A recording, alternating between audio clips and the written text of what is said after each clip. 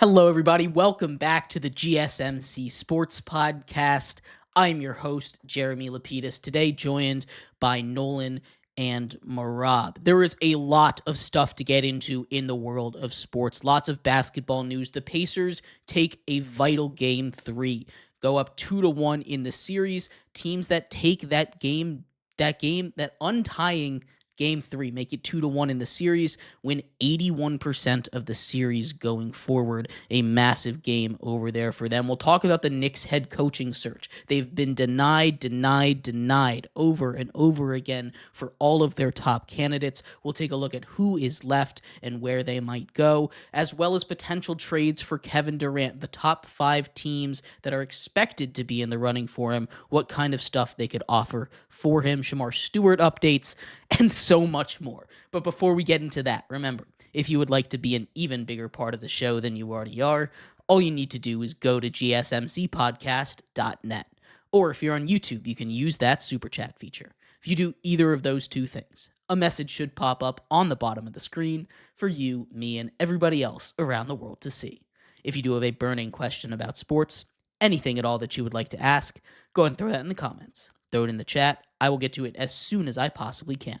I appreciate everybody so much for sticking around, talking some sports with us here on a beautiful Thursday, June 12th. But like I was saying, we are going to get here into what happened in Game 3 of the NBA Finals. Of course, we saw the Pacers take this one 116-107 at home. This was a really weird game because it had all the writings of a Thunder win on this one, especially early on in the game. All the keys, the big 3 for the Thunder, that being Chet, J-Dub, and Shea, they all had 20-plus points. Lou Dort was hitting his threes. They had a lead in the first quarter. All check marks, all signs that the Thunder were going to go with their kind of game script. Instead, we see the Pacers take over with a massive second quarter. Tyrese Halliburton was aggressive offensively, which is what we've been waiting for him to do. Mehrob, what is your takeaway from Game 3? Well, it just feels like last night's game was really what we expected the series to be. You'd look at the depth on both of these teams. What's the biggest thing that we're talking about? How both these teams can go 7, 8 guys deep that can score 10-plus points. You're talking about a team that both teams play with space, pace, incredible basketball on both sides of the basketball.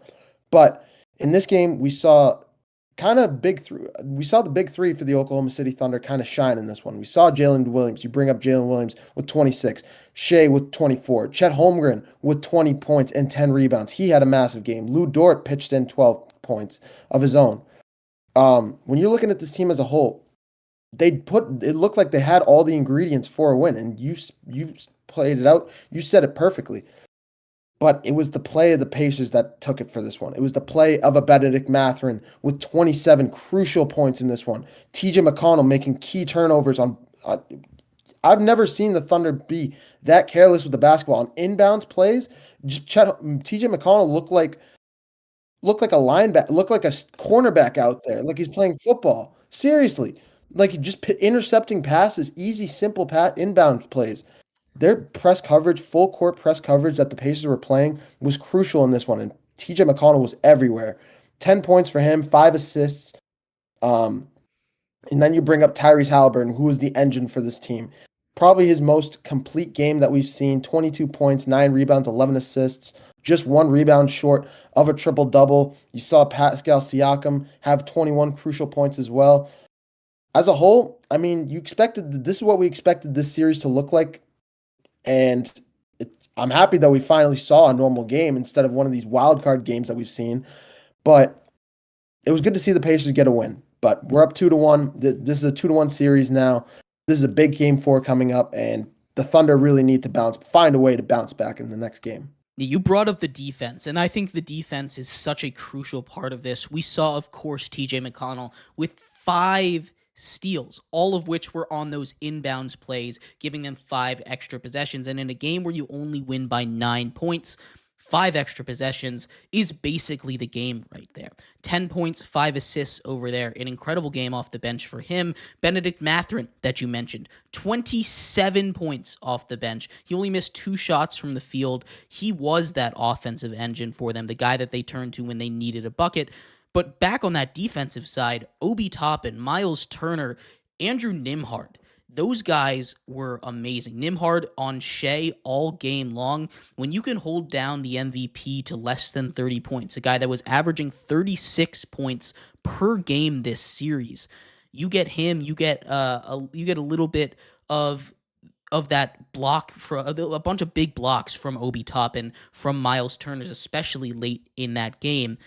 It completely changed the way this game is played. And it's not like this is a Pacers team that is a great defense, Nolan. This is a Pacers team that is much more equipped for offense. What did you see that was different about this Pacers defense in this game as opposed to some of the others? And was it just because they were at home, or was it something else? Being at home definitely helped, having that home crowd environment. Home crowd advantage has been, a well-known factor throughout this entire playoffs. The teams that are at home are winning more. It's just a fact. If you look at the wins compared to the home versus away, home teams are winning more, louder environments, especially the teams like the Thunder and the Pacers. These are the teams that are, have the most diehard fans. They have they're the teams wearing the shirts. That's going to help you, that environment alone will help. But, having just the defense of the Pacers last night was something that, it's an NBA Finals. You want to see teams having good defense, and the Pacers really stepped it up. They knew, in my opinion, it was a must-win game because, like I've been saying, it was a must-win game for the Pacers. Crawling back from the Thunder is a very hard task to do, especially in the finals. You don't want to crawl back when they're down. Let's say they lost last night. I think the Thunder win game 4.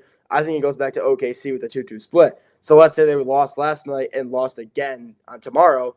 They have to crawl back down 3-1 in game 5 in OKC the next game, which is, kind of impossible. It's OKC, one of the best home court advantage teams in the country.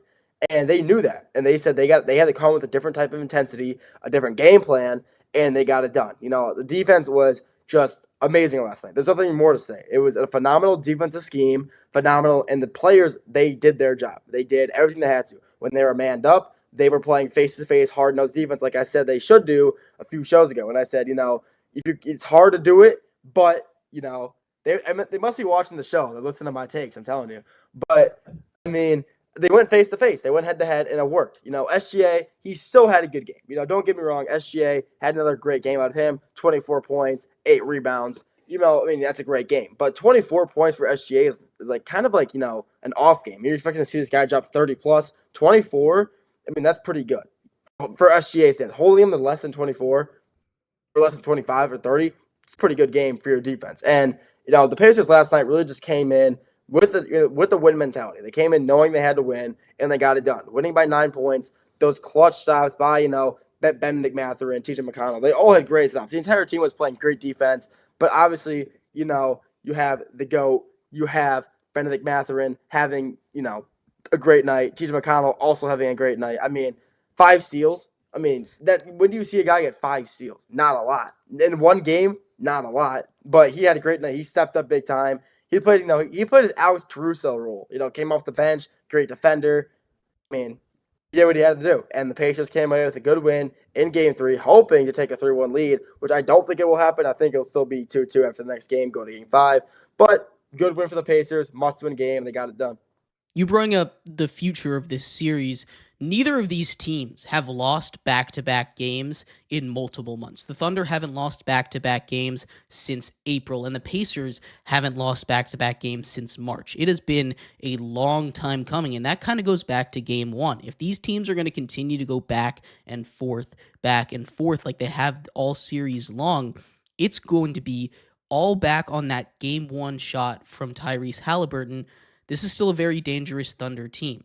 The Pacers were able to show up with that defense, a lot of it sparked by the bench players that you bring up. Obi Toppin, TJ McConnell, Benedict Mathurin on offense, Andrew Nembhard on defense. These guys stepping up, keeping Shea not necessarily off the board, but inefficient more than anything, like near 50%. If you can hold him to that, that's the key to winning these games.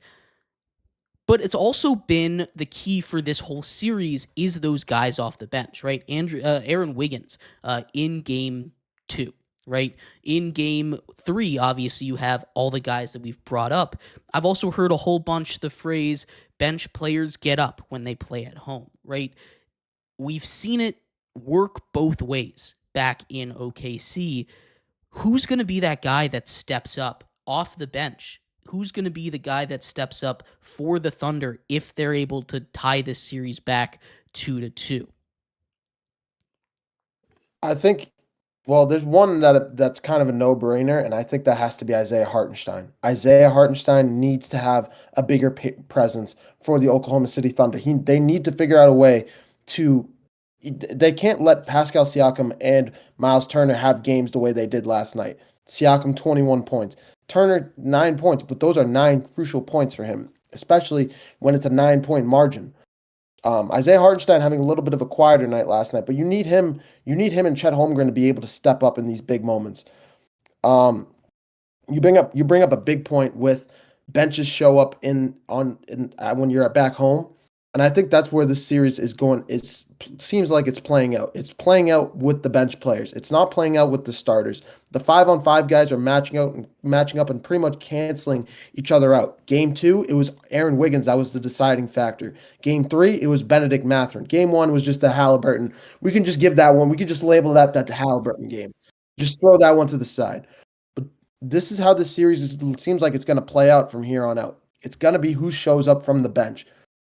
I think the Pacers have massive, I think, advantage on that side, but the Thunder, this was my worry about the Thunder. When you take Shai Gilgeous-Alexander out of the picture, when you put a guy like Andrew Nembhard, who's a great on-ball defender, he just got done locking up Jalen Brunson against the New York Knicks in Game 5. If he can do that to Jalen Brunson, what is he about to do to Shai? He did it in Game 1. Now he does it in Game 3 once again. If you're Shai, you need to figure out a way to score the basketball, but if Shai is not able to get it done, the big 3 showed up, but somebody has to come off the bench and be some sort of a momentum shifter for you. Yeah, the way that they were able to play, especially defense, is my big takeaway from it. They were playing up on Shai. They weren't letting those ball screens get him space so that he was able to drive to the rim. Again, he's one of the most prolific drivers I've seen in my entire life, really. He gets to the basket like nobody else, but they were keeping him away from the basket, making him take a couple steps back. That made him more inefficient, and it led to more turnovers. 19 turnovers for this Thunder team, and that, again, has been another key part of this series. I know Game 1 is a little bit wild because of everything that happened with that Halliburton shot and how the Thunder just kind of didn't play their best basketball, even when they forced 19 turnovers in the first half, 25 turnovers total. They weren't able to convert off those turnovers, but the Pacers, with the way they play, with their ability to hit especially those long outlet passes off of turnovers, it is essential that you don't turn the ball over, especially with that offense that is so explosive. The Thunder offense concerns me a little bit. They go cold for stretches, and against this Indiana team, it is tough to go cold for stretches. But we also saw Tyrese Halliburton step up in this game. He had 22 points on 9 of 17 shooting. He nearly had that triple-double like you mentioned earlier. He's going to need to play that aggressive. He didn't necessarily light up the box score early on. I mean, he was more consistent early on, but it was the fact that he was aggressive, drawing more defenders, hitting the open guy, getting those skip passes, basically getting to his spots, his passing spots, even if the Thunder were putting pressure on him. And if he can play like that every single game, it's going to be really tough. The Pacers are 8-0 these playoffs when Tyrese Halliburton has 22 points or more. He barely hit that number, but it's going to be key for him to continue to play like this, not just to be like the haters are saying this and I showed them, which I feel like is something that really has fueled him this playoff run, being voted the most overrated player in the league. I think that's something that's really helped fuel the Pacers run so far. He just has to keep that same mentality, because when he plays like that, this is a completely different identity, Nolan, of a Pacers squad. Yeah, you need, Tyrese Halliburton, obviously, he is one of the best players in the NBA right now. I mean, that's just straight up. I mean, everybody knows that. If you watch in game one, throughout this entire playoffs, he has been the best, most clutch player in the playoffs. Getting voted most overrated. Personally, look where he is now. One buzzer beater every series so far. Cleveland, Milwaukee, doesn't matter. New York, the Thunder, doesn't matter. He's hit a buzzer beater in at least one of the series, and they're every one of them has been clutch. The Milwaukee one, he obviously that took the series away from Milwaukee. The Thunder one took game one. I mean, they're all clutch. And the past few shows, we've been talking, is he really an all-star? I mean, he really isn't, but he's playing like it. I don't really, he is an all-star. Actually, I'll take that back. He is an all-star. He's playing like one right now, but the only reason people can call him not an all-star is because he's not shooting the ball. He has been shooting the ball more recently, and that's why he's getting more all-star approval from people around the league. From if you look on NBA Twitter, very reliable NBA Twitter, very high quality stuff over there. People are saying they like him a lot more. People are saying Tyrese Halliburton is playing like an all-star player, and he deserves the praise. And honestly, he does. He deserves the praise all season long. But the thing is, preseason, regular season, before playoffs, he was a pass-first player. Most of the playoffs, he's still been a pass-first player. But throughout this series, you kind of see, like last night, he shot 17 shots, went 9 for 17. I believe he had a few three-pointers as well. He went 4 for 8 from 3, 9 for 17 from the field. I mean, that's a pretty good stat line. It means he's shooting more and he has confidence. He's always been a good shooter. He's been consistent. He's not a hit or miss guy. He's a guaranteed to get you at least three-pointers a game and more. He just doesn't shoot as much. He's more of a pass-first player. And know what? That's fine. Look at Chris Paul. Same thing. And with Chris Paul, just like Chris Paul, when he wants to shoot, he's going to shoot and he's going to be hot. That's just how they are. 4 generals play the game differently, I guess. But he's a great player. He really has been this whole playoff. He has been, a deciding factor for the Pacers, kind of bringing this team up, being a team that everybody thought was going to be a first on exit, including me. They've crawled their way through, not the strongest Eastern Conference in a while, but one of the best, one of a very good Eastern Conference. It's not no West, but they're playing really very high caliber teams. New York Knicks, New York Knicks aren't the greatest team in the West, but in the East they're really good, and they are a good team in general. Jalen Brunson, Karl-Anthony Towns. I mean, they have a great roster over there, and they're managing to beat these teams that are better than them. Obviously, you had the Cleveland Cavaliers as well, the best team in the Eastern Conference, beat them in 5. I mean, this team, especially Tyrese Halliburton, I mean, he's just playing great this whole playoff. He has really stepped up as a leader on this team, and only bright things ahead for him. He's still really young. He still has a lot of potential. He still can easily next year. He can kind of solidify himself as a great player in the league right now if he continues to shoot the ball. If he keeps shooting the ball the way he has been and shoots it more in the regular season than having to wait to the postseason to shoot, he will be a solidified all-star and hopefully an all-NBA player.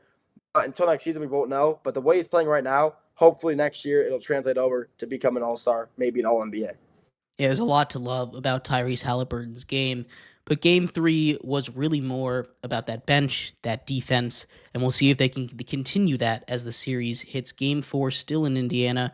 What's up, Mehrob? The last thing I want to say, if I'm Mark Daigneault going into practice today, there is one thing I'm putting players through.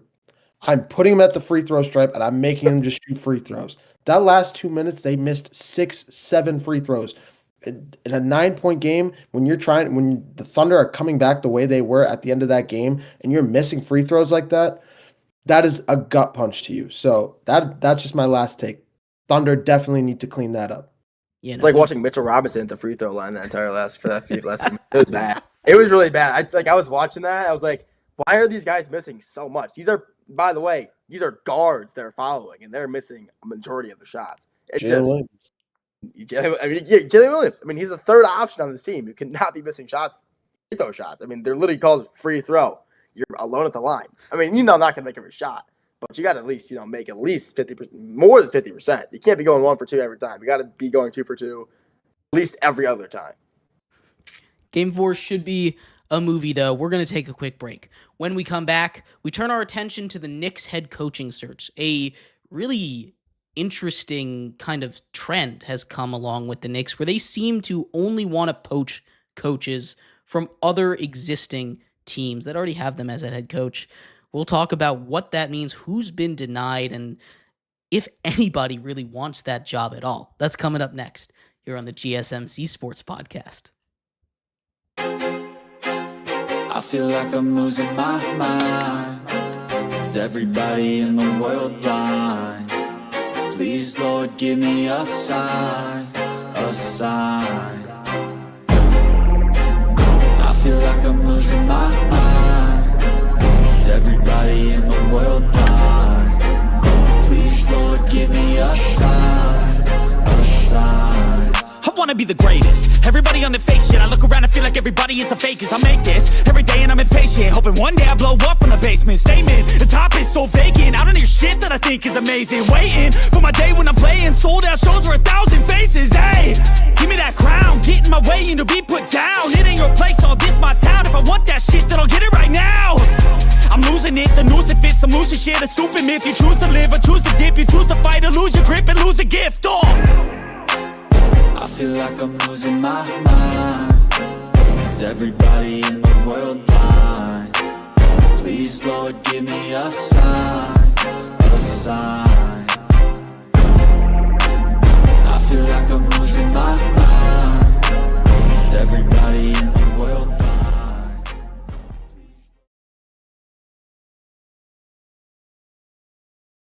Welcome back to the GSMC Sports Podcast. I'm your host, Jeremy Lapidus. Today is Thursday, June 12th.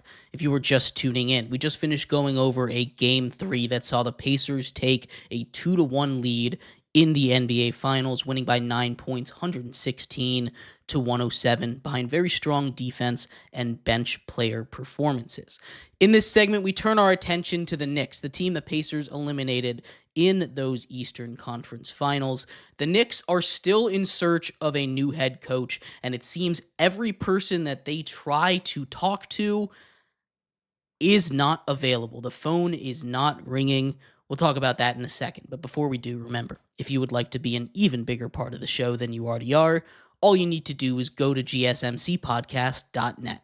Or if you're on YouTube, you can use that super chat feature. If you do either of those two things, a message should pop up on the bottom of the screen for you, me, and everybody else around the world to see. If you do have a burning question about sports, anything at all that you would like to ask, go ahead and throw that in the comments. Throw it in the chat. I will get to it as soon as I possibly can. I appreciate everybody so much for sticking around, talking some sports with us here on a beautiful Thursday, June 12th.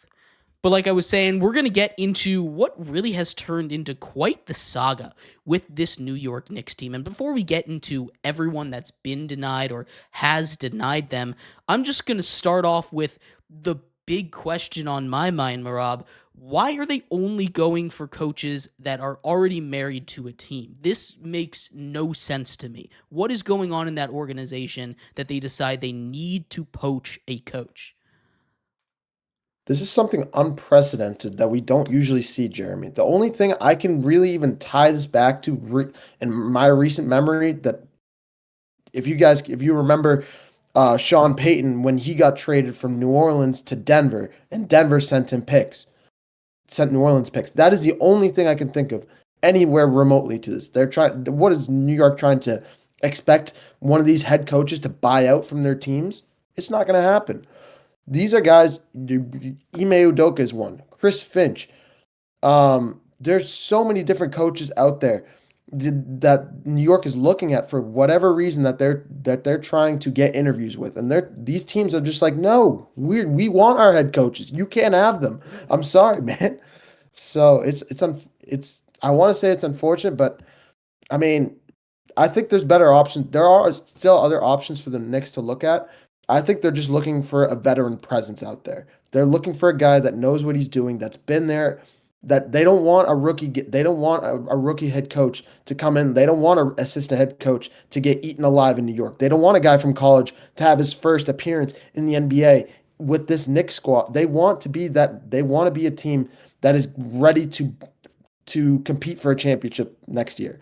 The New York Knicks believe the reason that they're not in the NBA Finals right now is because of Tom Thibodeau. That is the reason why they fired Tom Thibodeau like this. They didn't give him any chance to look at it because They think they have it's not that they don't have the talent. It's not that they don't have the right group of guys. It's that the coach they think Leon Rose thinks they did not have the right asset. They didn't have the right coach to bring success to this team. Is that the right decision? I mean, I personally don't think so. I think Leon Rose did not give Tom Thibodeau enough to work with for his bench, and that was a big reason why they lost to the Indiana Pacers in 6 games. He wouldn't have used the bench anyway. You're not wrong, and that's the sad part. Nolan, what are your thoughts on this? I'll turn the baton to you. Oh, so thanks, man. But I mean, the thing is though, like he doesn't use his bench. His bench wasn't that bad. Like you look at that bench, it's not. There's not a guy out there you're gonna see who's gonna come out and drop 30 points for you. But I mean, there's guys on there who can come off the bench and drop you at least 10, maybe 15 points if you give him the minutes. I mean, obviously, he had Mitchell Robinson. I'm not sure when he came off the bench to, come on, give Cat a rest. You got Campaign. He's not a superstar, but if on his good nights, he can give you a really good 15, 20 points. He did it against the Pistons, and I was really pissed when he did, but I can't lie. He's a good basketball player. I mean, they traded for PJ Tucker. I'm not really sure if that counts as, he could be good. I mean, you got to give the guys minutes. The thing is, though, you're just not giving these guys minutes so they can go prove themselves. When you get traded to New York and you're not in that starting 5, you should either A, request a trade immediately, or just get out if you can, or retire. Because you're not seeing that core if you're not on that starting 5 or the 6 man. I mean, it's just straight up. But the thing is, like, Coach Thibodeau should still be in New York. I'm not even a New York Knicks fan, and I'm saying that. I think he should still be in New York. I think, honestly, yeah, the bench could have been used more, but for what he did with just the starters, basically like 6 players the whole year, maybe 7, took them to the Eastern Conference Finals. I mean, that's pretty hard to do. Getting through the Eastern Conference, beating Boston. That team was built around to beat Boston, and look what they did. They did that, and you know what they had to do? They had to build around a team next year to beat Indiana. Because Boston, no offense, Mehrob, will not be a threat next year. I think. I hope. But, sorry. But, I mean, Indiana, they're still going to be just as good, maybe even better. Unless they lose Miles Turner, which I doubt they do, they're still going to be a very, very good team. If they could manage to get 1 or 2 people to build around to beat Indiana, they would have been the second best team in the East behind Cleveland. I mean, maybe the best. Who knows? But I don't know. I think firing Thibs was still one of the most questionable decisions they could have made. A lot of my friends from New Jersey, New York, I was texting them about it. They said they were surprised. A lot of them, no one in New York saw that coming. I think a lot of people in New York saw Thibs get to the Eastern Conference Finals, something the Knicks have not done in about 20 years, and they thought, you know what, he's going to be good for at least another 2 seasons at most, maybe a little more, depends on what he does next year, and then 3 days after they lose, he's gone, and the players are in the club in New York partying, saying 2026 NBA Finals. I don't know what that was about, but I mean, I still don't understand why they fired him. He was a great coach. Firing him still very questionable to me. I'm not sure why they're trying to go poach other coaches. There's a lot of coaches on the market. Still my number 1 guy, Mike Malone, but we'll get to that later. I mean, there's still so many coaches available on the market. While they're trying to go, like Jeremy said, take coaches away from other teams or marry, whatever. I forgot, poach the coaches. I thought it was a pretty good play on words. I'm not sure why they're doing that. There's a million people out there to go get. Go find someone else who's available. Yeah, it feels like the Knicks are living in fantasy land to me when I take a look at what their decisions are. Because, sure, in a perfect world, if you are the New York Knicks, I would love to have Ime Udoka as my head coach, right? Go take him off of that young, promising Rocket squad. I'd be happy with Chris Finch, who's taken the Timberwolves to 2 straight conference finals. Jason Kidd makes sense. If there was going to be one coach that would be poachable, it would be Jason Kidd because of the clear disdain that he has for Nico Harrison and that front office, right? And if I'm Nico Harrison, if I'm being completely honest with you, I'm letting Jason Kidd walk because, I mean, he can sabotage whatever semblance of a plan I have. Not that I think Jason Kidd is the perfect coach for the Knicks. I don't think he would be the correct answer, but, I mean, Look, the guys that they're going after, Billy Donovan, I think he would like, but I don't think the Bulls are ready to move off of him. Quinn Snyder, I'm sure he'd be happy, but I don't think the Hawks want to move off of him, right? Jay Wright is a guy that just turned him down, although I thought that would be a really good spot for them to go to. All of these top choices are just turning them down. And again, I don't understand why they aren't interviewing the coaches that are out there. We have talked a lot about Mike Malone being out there after being fired from the Nuggets. If you want a different head coach that was just fired, you can go for Taylor Jenkins. You can go out and hire Mike Brown, who was fired by the Kings, right? There are a lot of different places that you could go to get a head coach with experience right now, if that's truly what they're going for. Instead, they're looking for a trade to get a head coach, or just a team to basically say, sure, you can go coach the Knicks. We don't want you here anymore. And any serious head coach candidate that you would realistically want on a championship level team, no team in their right mind is going to let you take them from you. That is just not how it works. I don't understand the strategy here. I can't wrap my head around this at all, Mehrob. It makes no sense.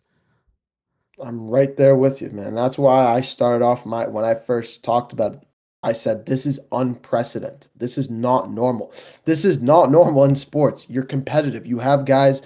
These are coaches. These coaches are still battling against one another. The players are battling against one another. These coaches, they have players on their teams that they've brought up, that they've helped prosper into these teams.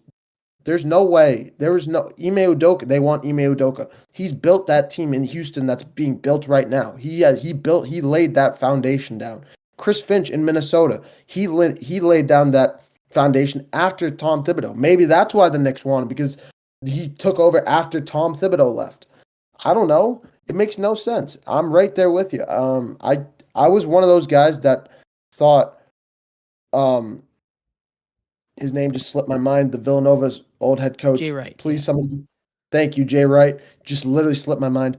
That was a guy that I thought would be a great fit for the Knicks. He'd been in Villanova for years. He won multiple national championships with Villanova. I think it would be a great introduction for him in the NBA if he took the Knicks job right now. But especially with the new style of the NBA, with how college style it is right now. But if the Knicks, I think they go with an assistant coach. If they can get the assistant coach from OKC, that could be phenomenal for them. Maybe they can get a guy like Monty Williams. Monty Williams is on the market, getting fired by Detroit. I know Nolan doesn't like him because he was in Detroit and he had a terrible season with them. I don't want to hear it. Monty Williams he brought the Phoenix Suns to a championship 4 years ago. Oh, no. I don't know about that, man. Oh, no, he was horrible. He should never. You look at that's what why the he's in Pistons college. did just That's why 1 he's year in college. removed from him. You see that jersey back there? The Grant Hill jersey?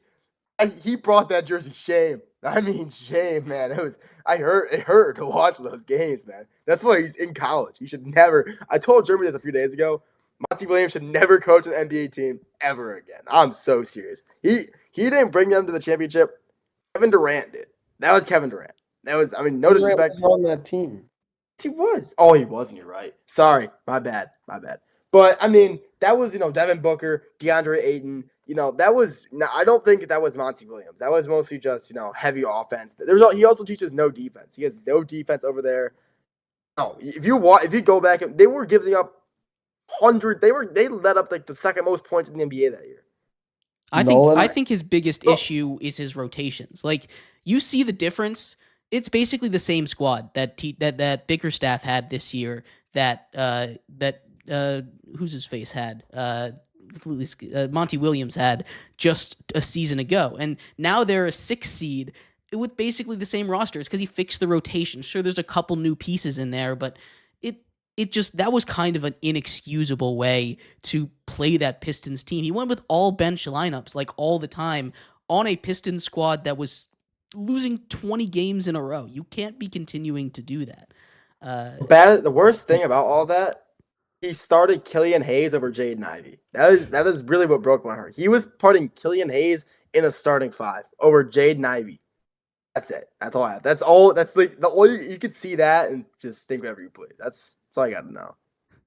Getting back to the Knicks, though, Anthony in the comments sorry. is talking about potential people that they could go to. Shaka Smart, a very interesting name that's just brought up there. I haven't heard his name in a lot of conversations, but what he's been able to do in college, what do you think about a guy like that? I know they want experience, maybe not from the NBA, but there's plenty of guys in college that have that experience. What do you think about a name like Shaka Smart? Nolan, you want to take it away on this one? I mean, getting it never hurts to get more experienced coaches, no matter what level of the game, college, NBA, maybe high school, who knows. But, getting a college coach with a lot of experience is honestly about the same as getting an NBA coach with maybe, a college coach with 15 years of experience is probably about the same as an NBA coach with 10 years. I mean, they're basically the same guy.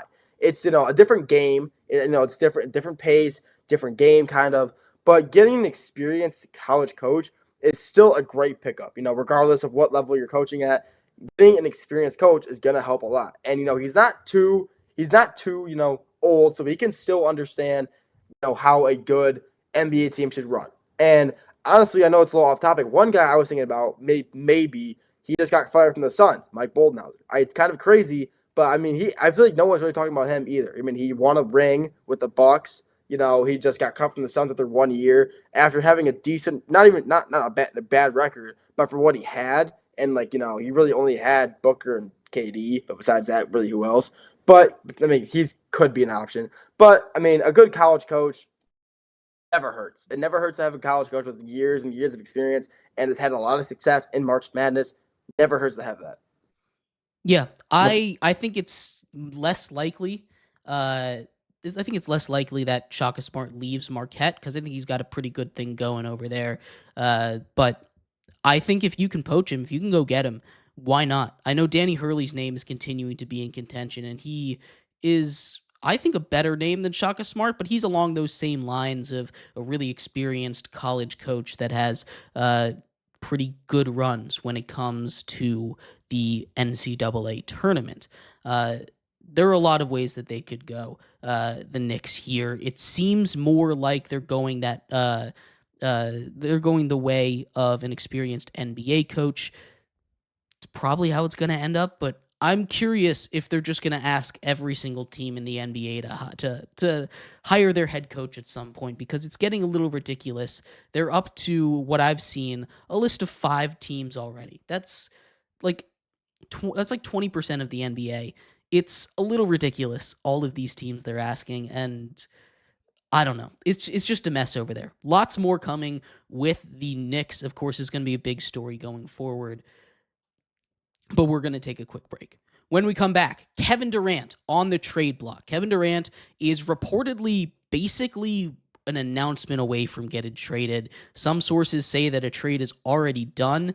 We'll talk about the top 5 locations, some potential trade packages for him as well. That's coming up next here on the GSMC Sports Podcast. Looking for your daily fix of sports talk without having to pay for it? GSMC Sports Network is available on YouTube. Just search GSMC Sports Network. Get your fix of daily sports talk shows on YouTube, absolutely free. NFL, college football, NBA, MLB, MMA, UFC, fantasy football, and so much more. GSMC Sports Network has shows running all day long, with new sports shows starting every 2 hours. Just like on your favorite cable sports channel, except GSMC Sports Network is absolutely free. Just search GSMC Sports Network on YouTube to catch one of your new favorite shows, like the GSMC College Football Podcast, Chip Shot Football Podcast, Hoops and Heels Women's Sports Podcast, GSMC Basketball Podcast, and so many more. Check it out for yourself. GSMC Sports Network, now available on YouTube absolutely free. Search GSMC Sports Network on YouTube right now.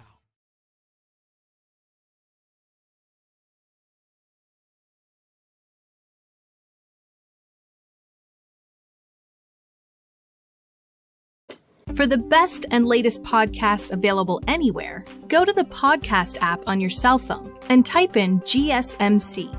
to access free content-rich podcasts on health and wellness, book reviews, sports, entertainment, relationships, social media, movies, technology, finance, and even weird news. Subscribe and download the GSMC Podcast Network's family of shows, available everywhere podcasts are found.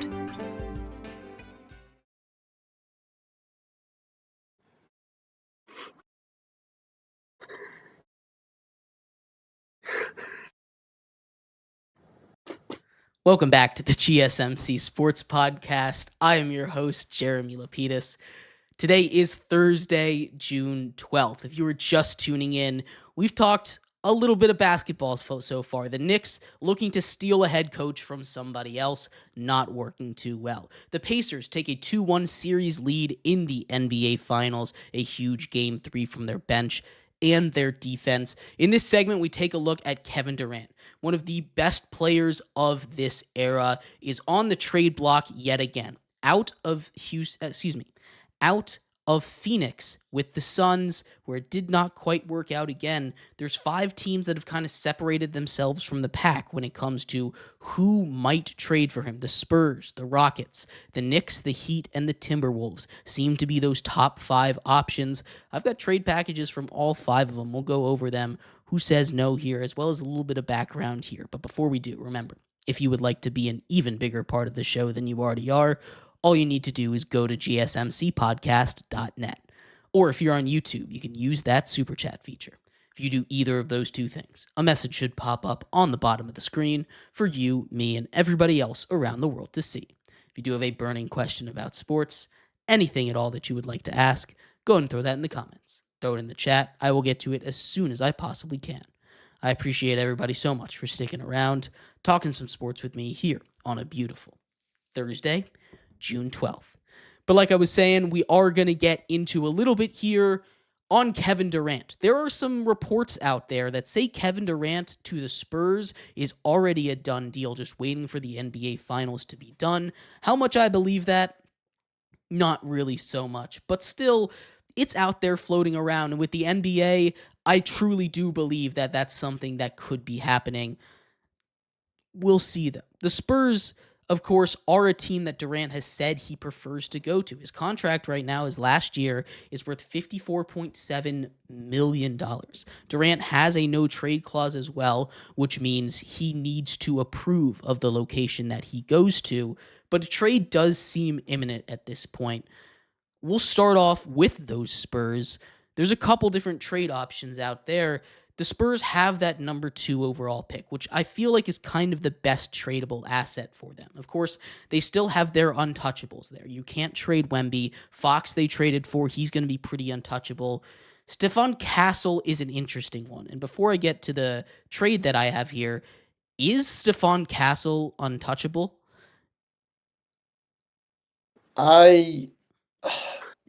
He's the rookie of the year. Like it's so tough. This is a guy in Steven Castle that's playing. He won 2 national championships with UConn. He's coming to his first year, 1 rookie of the year. Started off the bench, ended up finishing the year starting in the starting lineup. If I'm San Antonio Spurs, I don't trade Steven Castle. But if you have to try and get somebody with KD. I'm not saying get a guy like Devin Booker, but get something else with KD to try and balance this out, because that would be a crucial loss for the San Antonio Spurs squad. Yeah, the Spurs trade package, when I was taking a look at it, it doesn't seem the strongest, right? You're talking about guys like Devin Vassell, like Jeremy Sohan, like potentially Stephon Castle, right? These are the guys that we're talking about putting on the trade block. Harrison Barnes is in basically all of the trades that I was doing just so we could match salary, because he is making a good amount of money over there. But it's really that number 2 overall pick and which of those young guys you like. So a couple trade options that I found work. Devin Vassell, who is a really solid backup guard, although it feels like Phoenix is kind of inundated with a lot of those guys. Harrison Barnes and the number 2 overall pick, which they could use on anybody not named Cooper Flag. Most likely they go out and they get Dylan Harper, although maybe they want a guy like Ace Bailey to fit their scheme a little bit better. There's a lot of options out there that they could do. Who says no in that situation? Devin Vassell, Harrison Barnes, and that second overall pick. Take it, 100%. I agree. You're Not taking giving that up too trade? much. I'll take it. I would do that trade. I mean, you're not giving up too much. The Spurs have a lot of young talent, have a lot of good players. Obviously, you got Wemby, and you don't want to give up Rookie of the Year Stephon Castle. Give up a guy who's giving up a good amount of your payroll. Not a good amount, but, a little bit of your payroll. Another really good – you got a young promising star in Devin, and then a second overall pick. I mean, the Spurs have a lot. They don't have, shortage of picks. They have plenty. They don't have – they're not the Suns where they have 2 first-round picks in the next 7 years. They're not a shortage, so that's actually good for them. You get KD for probably 2, maybe 3 seasons, and then that's a good team. A good starting. Chris Paul, Wemby, KD. I mean, that's already on that 3 alone, top 5 team in the West. Yeah, definitely a scary team over there. I think the bigger question with this trade package is whether or not the Suns would take it. Because if I'm the Spurs, this is an easy trade for me, right? You're not giving up Stephon Castle. You're keeping Jeremy Sohan. You're keeping a lot of that young talent. Of course, you still have Wemby and Fox to build around. I don't know if the Suns take this trade, if I'm being honest. They don't have that quintessential big man that they're looking for here. I like Devin Vassell. I think he had a bit of a down season last year. Harrison Barnes doesn't move the needle for me really at all. That number 2 overall pick is probably the most interesting one in that trade package, and it does depend if they feel super strongly about it. But I don't know if I take that if I'm the Suns, if I'm being completely honest with you, Mehrob. I just think there's one caveat with this whole thing, and it's that what is the best deal that the Suns can get? Can the team like the Timberwolves, the Heat, can they give them a better option? I know they're dying for a center, but what better option can you get than the number 2 overall pick? You can draft you can draft whatever center you want. The only guy you can't get is Cooper Flagg, and I'm sorry, but you're not getting Cooper Flagg. It's just not happening. But you get whatever choice you want at center in this deep, incredible 2025 NBA draft. I think it's their best bet. I think they get all the pieces they want. They get to build around Devin Vassell, and I think they'll be okay. It just depends on if they can get a better deal. That's the question mark. There's plenty of other deals out there. That's just the Spurs because they have the most conversation around them, and they're the favorite. The Rockets are one that I had trouble with. I know we were talking a little bit about this, but there were a couple of trade packages for them, right? They don't necessarily have a big guy to give up because, again, they're untouchables. Şengün is an untouchable for them. Jalen Green is someone that I thought was an untouchable, but is a little bit more on the fence. And of course, Amen Thompson over there is untouchable as well. Those are the 3 guys for me. Everybody else is kind of up for grabs, but with such a young and kind of cheap roster, it takes a lot of the guys to get the salary match. So we're talking about giving up 1 first-round pick. Couple trades involve Jabari Smith Jr., Reed Shepherd, Jock Landale, and Dylan Brooks. Or you can just give up Jalen Green, a 2025 pick first, and Dylan Brooks. It's still a lot to give up. If you're comfortable giving up Jalen Green, I think that bottom package probably works better for the Houston Rockets, but I don't know how comfortable they are giving up a guy that has been, for the most part, their offensive engine, even though they didn't really have one last season. It's a tough one. Is there a trade that you're looking at? Jabari Smith, Dylan Brooks, Reed Shepherd, Jock Landale, and a 2025 first, or Dylan Brooks and Jalen Green with that first-round pick that you like more for either side? Definitely the Jalen Green one. I think Jalen Green, obviously, him and Cade have a lot of beef, and I think Jalen Green's overrated. He really is, I think he's an overrated player. He performed very poorly this playoff. Last season, his offense just went down the gutter. He averaged 15 points this season, if that. I mean, he had a really poor offensive season, and his offense has never been his strong suit. It's his finishing. He's a great finisher at the rim. He gets to the rim quick. He's like John Morant. He gets to the rim quick, have great finishes at the rim, and have a decent defense. The problem is his three-point shooting and mid-range are just not consistent. He's not a consistent offensive weapon. You cannot rely on him every night to get you 20, maybe 10, and that's really it. Honestly, I would Dylan Brooks, Jalen Green in the first round pick, KD. I wouldn't say no. I'm not sure what the Suns would say because, like you said, there's no big man in that. You could draft a big man.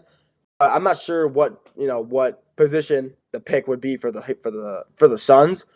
But, they really don't get a big man, and that's something they need because you can't rely on Mason Plumlee to be your starting five. Not in this day and age. He's not going to work. They need a solidified big.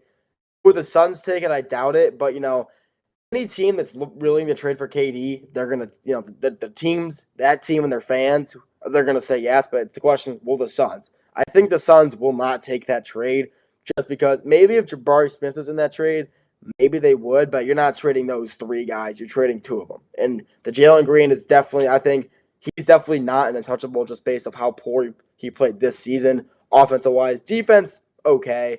He just wasn't that good on offense for how hyped he was, so high in that 2021 draft class, second overall pick. I mean, he was honestly in that draft class, out of the three players they took in Sengun, Jabari Smith, and him, he has been the worst of those three. Even though he was the highest overall, he was the worst. And honestly, I think if they want to trade for KD, he is the first guy who they should bring up because I think he's just overrated. Yeah. And we'll look at it this way. I think Jalen Green is a guy that probably has the most potential in any of these trades that we're giving out. Even the ones upcoming, if I'm being completely honest. He's the one that has the most potential, I think. But it's a very interesting case if the Rockets think he is untouchable, Mehrob. Yeah. I also think you can get a lot of value out of a guy like Jalen Green, a guy that played all 82 games, scored 21 points a game, had a decent, he did shoot, she struggled to shoot the three. He did have a little bit of a turnover problem, but I mean, a guy that can play both sides of the ball, kind of similar to a Jaylen Brown-esque player. He doesn't shoot as well. He's a little bit shorter than a Jaylen Brown, a little less athletic, but a guy like Jalen Green that can finish, can shoot, is versatile, plays almost every game. You don't have to count on him possibly missing games or possibly getting injured. None of that. You don't have to worry about any of those problems. He's incredibly young, only 23 years of age. And then a guy that just ran into a team like the Golden State Warriors and pushed the Warriors to a Game 7. I think that's the big piece of this, that Jalen Green has a lot of value. He is a little bit overrated, I get it, but I mean, he is running the show on a team that doesn't really have an offensive leader. I think he would work much better as a number 2 option. I just don't think he's going to get that opportunity with the Rockets. I think the Rockets are going to decide to move off of him just because of his value, but I just think we're underrating Jalen. Jalen Green's getting a little extra hate than he deserves, I just think. I mean, he had a bad playoff series, but it's definitely not something that I think makes him a bad player at all. It was the first time in the playoffs, and I think he did enough. They were the 2 seed in the West. They need more offense, but his defense is something that really helped propel them to where they are. For these next couple ones, we're going to do it this way. All right, I'm proposing a trade. Mehrob, you're the team proposing the trade. Nolan, you're the Suns, okay? You tell me yes or no from either side, all right? Next team up, it's the New York Knicks. This is a team that has a lot of connections to Kevin Durant here, and this one's probably the most simple. Mehrob, you as the Knicks are giving up Karl Anthony Towns and a 2028 first in exchange for Kevin Durant. Who says no? I'm not saying no. Hell, no way. No way. I'm the Suns. I'm taking that too. So there we go. Yeah. That's one right there that I feel like the one thing with the Knicks and the reason why this trade kind of sticks out to me, and I've seen a couple other ones where it goes OG Anunoby and Mitchell Robinson because the Suns need a center, right? So you're going to have one of those two centers in there, is the fact that Cat is a liability defensively, which I'm sure the Suns don't want necessarily more liabilities defensively, but Cat is a younger player. You pair him up, you pair him up with Devin Booker. That is a pretty good 1-2 punch. It's a similar kind of build team to that New York Knicks team without having as good of a outside perimeter defense. There's still a lot of concerns over there, but it's kind of a really dangerous team with Cat over there. But Cat is someone that comes with his own pluses and minuses, right? We've seen him be traded now. He got traded last offseason. If this one were to go through, that'd be 2 off seasons in a row. And sometimes there's a little bit of a pattern there. It's one that I think makes a lot of sense and is maybe my favorite one of the ones that we've gone over so far, at least for both sides. I think this makes a lot of sense, especially if the Knicks are trying to get over the hump to past the Pacers. Getting a guy like KD on offense, I think, could do a lot for them. And you shore up that defense by having Mitchell Robinson down there. Nolan, what do you think?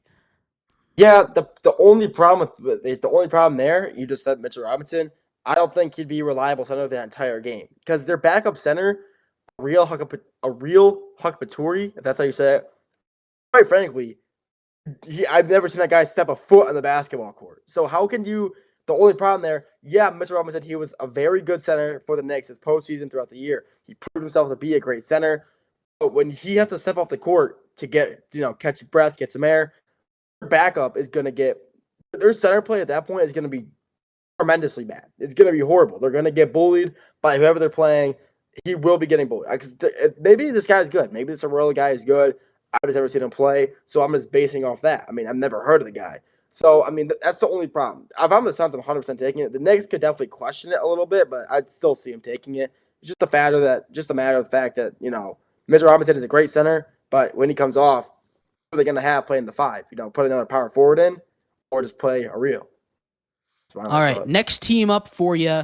We're taking a look at the Miami Heat. Now, the Miami Heat are a really interesting one. They're one that I think could be the second place or maybe even front runners over there. There was a leaked potential trade. I don't know how true it is. Again, with NBA media, it's kind of up in the air before it's official. But trade packages here. Mehrob, you as the Heat are giving away Andrew Wiggins, Duncan Robinson, and Khalil Ware, plus a 2029 first-round pick in exchange for Kevin Durant. What are your thoughts on the Heat side of things? Well, I like it. You move off of Jimmy Butler in a mid-season trade. You weren't able to get Damian Lillard 2 years ago. Your name has been linked to Kevin Durant and these big-name superstar players. Frankly, a lot of superstar players are linked to Miami. I'm not shocked that KD's name is once again linked here. The one name that I don't know how much I love is giving up Khalil Ware. Khalil Ware is one of those young players that was playing great basketball, especially down the stretch of this regular season. I think he's a big man. He's a promising big man, and he would bring a boatload of talent to Phoenix, and he would pretty much fill in the role of DeAndre Ayton. DeAndre Ayton, one of those younger players, would really pretty much clean up that mess perfectly and give Devin Booker a big man a nice lob threat for Devin Booker. Yeah, no, that I think was the kind of hinge point of this trade, because the ones that I've been seeing out there, it's between Khalil Ware and Nikola Jovic, right? And if I'm the Heat, I'd rather give up Jovic, but I don't think the Suns go for it unless Ware is a part of the deal, because as we've discussed, they need that center bad. You're giving up Kevin Durant in this situation, Nolan. Is this a trade you take? And if so, why?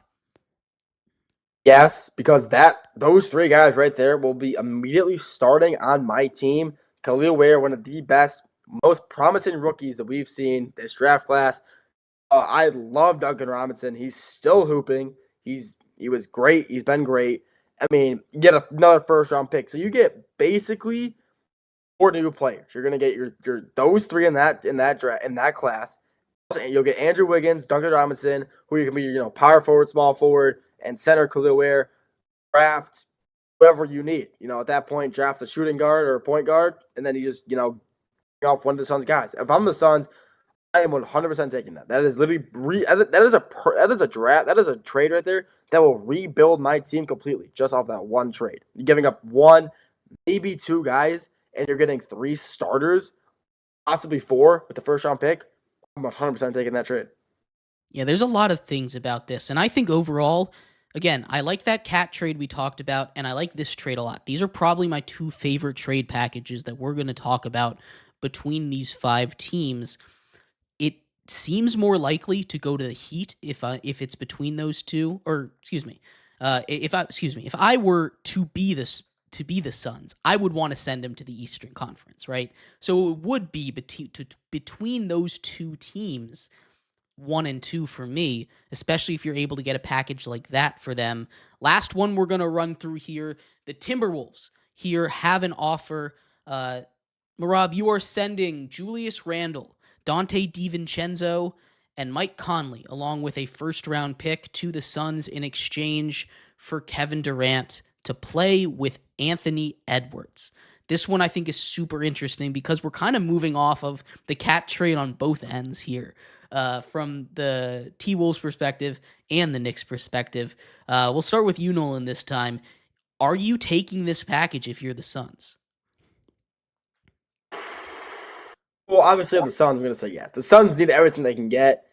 I mean, another first-round pick, a vetted point guard, Mike Conley, a great star, Dante DiVincenzo, and a center in Julius Randle.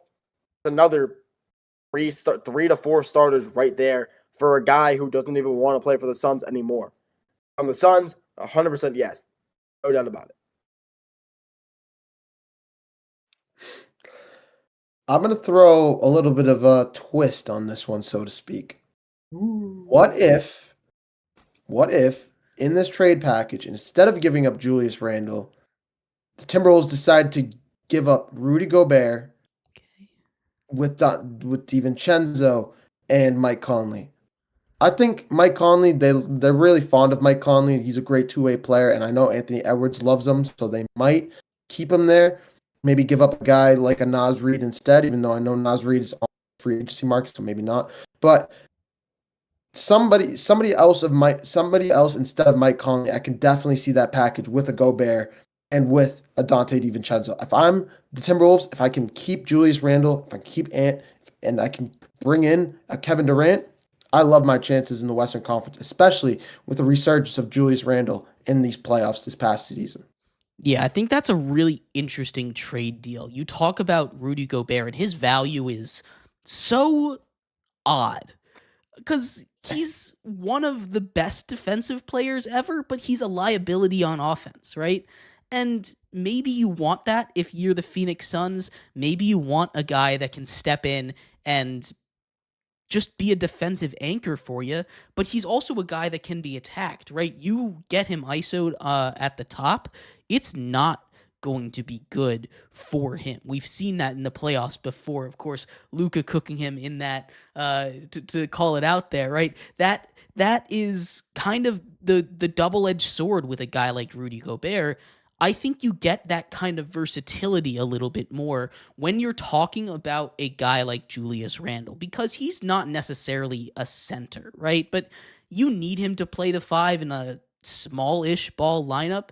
You can do that. His offensive flexibility is something that I think is really impressive when you talk about what he can do. He won a 3-point contest, for God's sake, right? And he showed up in the playoffs, which was the biggest knock against him. He got shut down by that historic Thunder defense, and he's not a perfect player. But if I'm the Suns, honestly, I don't know if I want a statue down there. In this modern NBA, I understand where you're coming from. You need a center and you need some defense. But it's kind of to each their own. And honestly, if I'm the Suns, I prefer Julius Randle in that one, unless you can get Naz Reid. If you can get Naz Reid, I'm taking that package every single day because he is the guy that I think would push this over the edge in any deal, Mehrob. And it would take Minnesota. It would take him off the books in Minnesota, and he's seeking a $30 million contract right now. So it could be, not only would it be a game changer to send him there, take him off the books for you as well. You talk about that Minnesota offseason, and we'll get into this in a later show, but it's super interesting because you have nobody in the NBA with cap space other than the Nets. Julius Randle and Naz Reid both with opt-outs in their player options here. That's going to be huge, especially for this trade. But I don't know. I can't see them parting ways with Naz Reid. I can't do it. Which of these teams do you think fits best for Kevin Durant, though? We've been over a couple trade packages, but Nolan, which of these teams, if you're Kevin Durant and you can just teleport to one of these 5 teams, which ones are you going to? Detroit. Nah, I'm joking. Probably, I think honestly Miami. I think Miami's one of the best spots for him. In the East, Miami. In the West, San Antonio. Overall, honestly, I'll take it back. San Antonio. I think San Antonio's the best spot. Great team, phenomenal future. Their team is so young. Obviously, you got Wemby. The problem is if he can stay healthy, but he's becoming like a Buddhist monk, so he's gonna just like become healthy all of a sudden. So I mean, that could work out. Him shaving his head's the greatest thing that's gonna happen to his career. But I mean, the team is got Chris Paul running if you got Chris Paul running the floor, and he's already played with Chris Paul. No, did he play with the Suns and Chris Paul? I don't know if he did. I'm not sure if he was there for a year with them. I don't think so. But I mean, why not? I think the Spurs would be a great fit for him. Just a great environment. It's a good spot. A really bright future. When they get stay healthy and they somehow get KD, they will be a legitimate contender in the West. Yeah, I think it's super interesting. If I had to pick one, I'm probably going with the Heat or the Knicks. I think I might take the Knicks because that kind of lines up with the timeline of Devin Booker. You get a star in Cat who I've heard some people say is maybe the second best center in the NBA, which is kind of crazy to think about. But he is he's pretty good. He's pretty good. Outside of that, though, lots more to cover today. Shamar Stewart heading to the NFL. Not signed his contract yet as he continues to be in a contract dispute with the Cincinnati Bengals, who picked him at 17th overall this year. We'll talk about what his options are and what's next for the Bengals and the young rookie here on the GSMC Sports Podcast.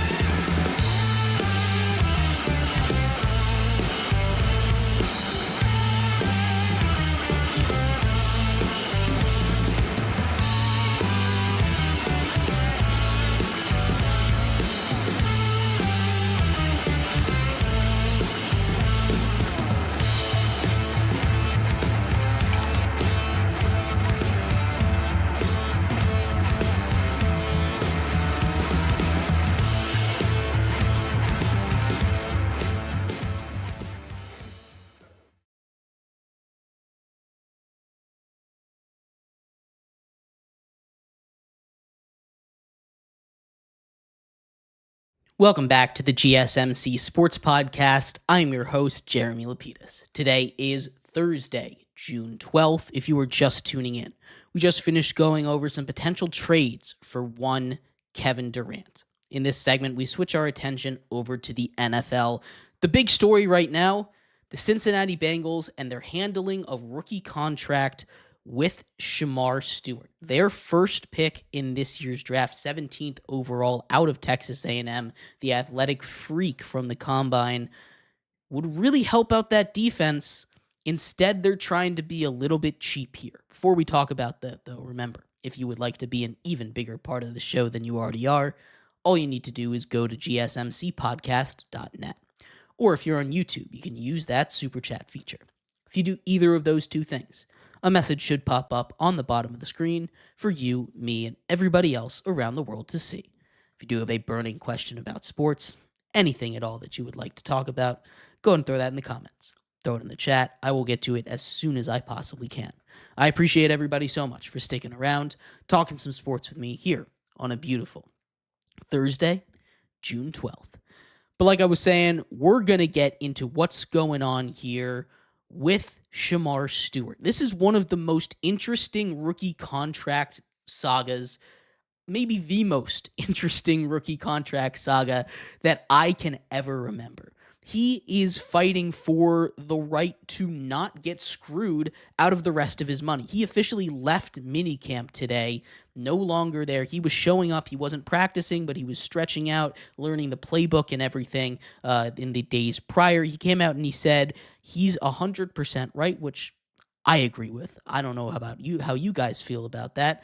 I think he's 100% right about this situation. The clause that the Bengals are trying to sneak into this contract for the first time in history is saying that if he messes anything up, injuries, if he does anything off the field, they can void not just the remaining guarantees for the season, but for the rest of the rookie contract, which means if he tears his ACL in week 1 of his rookie year, he has nothing guaranteed for the rest of his contract. That is an insane clause that they're trying to put in, and yet it's the most Bengals thing that they could have possibly done. The way that they try and nickel and dime their players. This is a guy that they just said we believe will be a star by drafting him at the 17th overall spot in the NFL draft. They could have drafted anybody else, just about. They chose him, which honestly was a bit of a reach. I like Shemar Stewart. He was falling down draft boards a little bit because of his lack of production at Texas A&M, only 4.5 sacks. What do you make of this situation, Nolan? What's going on here? What is the solution for this? How do you see this playing out? When I first heard about it, him wanting to, renegotiate his rookie contract, which is something you never really do, I was really surprised because I didn't know the full backstory at the time.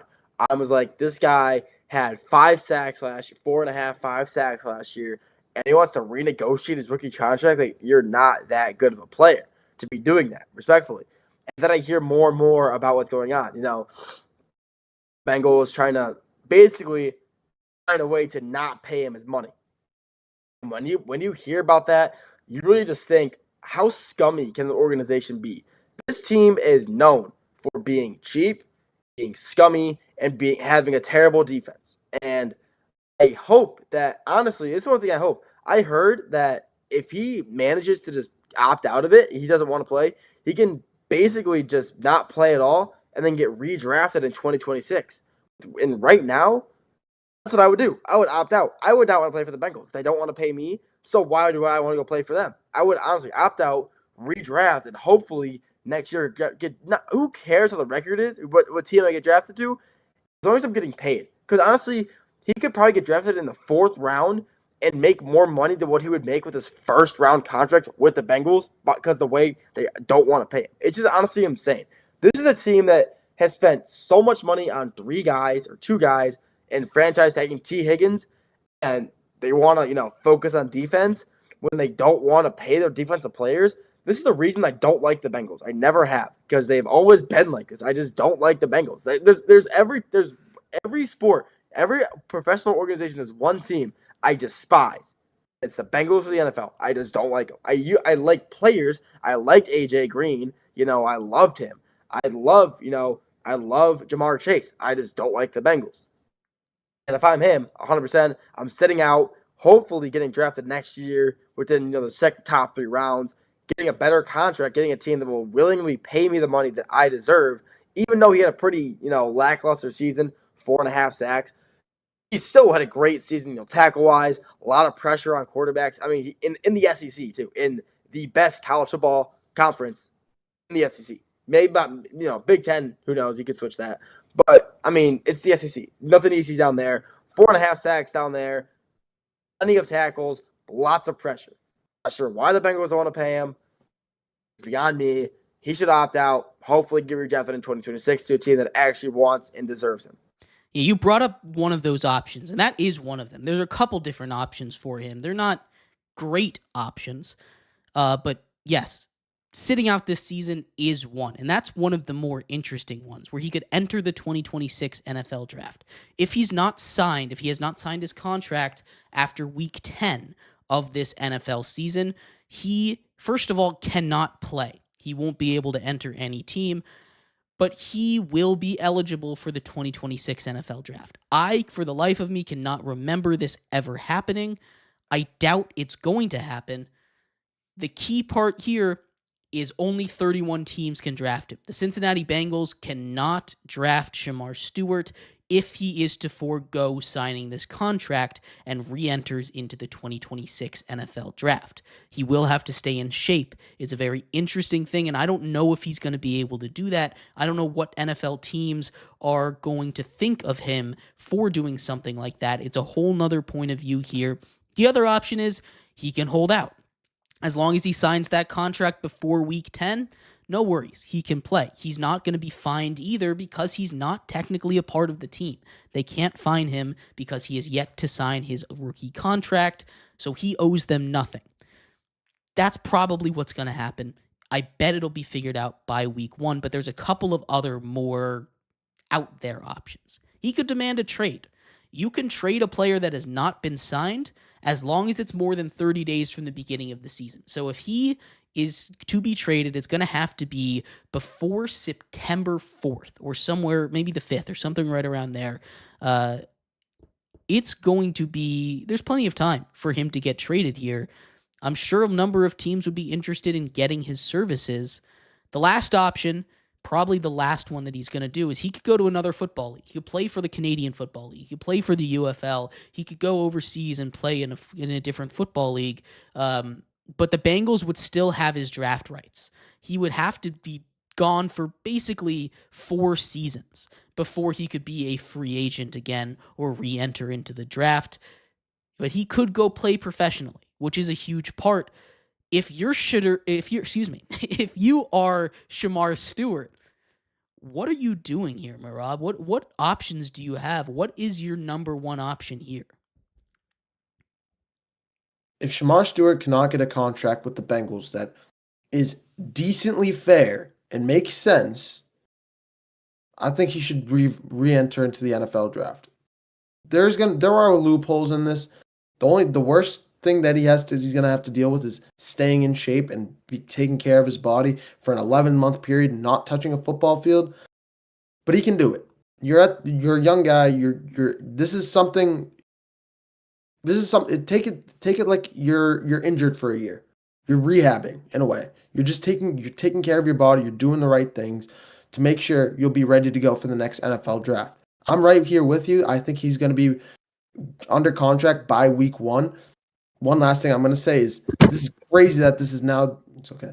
This is crazy that this is now the second player for the Bengals that is now definitely a much smaller player, but second player that's not getting paid right or getting in this type of scrutiny. Trey Hendrickson still doesn't have a contract with the Bengals, and he's in the same spot. A guy that's been there, been around, an all-pro player that is not getting his money. This is a guy in Shemar Stewart that's different, definitely a different scale, but it's a similar thing. He's getting a cheap contract, getting cheap loopholes in his contract because the Bengals don't have money to give to their defense. We talked about this on the shows prior a couple days ago, but this is the state of the Bengals right now. It just is.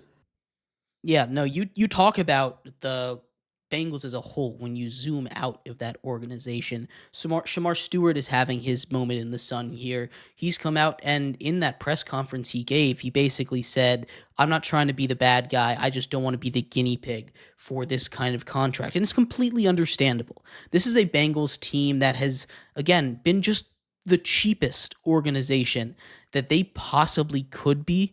It's not a great look. Trey Hendrickson, a guy who has 17 and a half sacks in back-to-back seasons, is gone. These are positions of absolute need. This is a necessity for the Bengals to get those two guys back in the building, or at a minimum, get some value for a guy like Trey Hendrickson. You're leaving him in limbo right now. You're not even talking to him or his representatives. You're not working towards a solution, whether that be a brand new contract, whether that be putting him on a brand new team.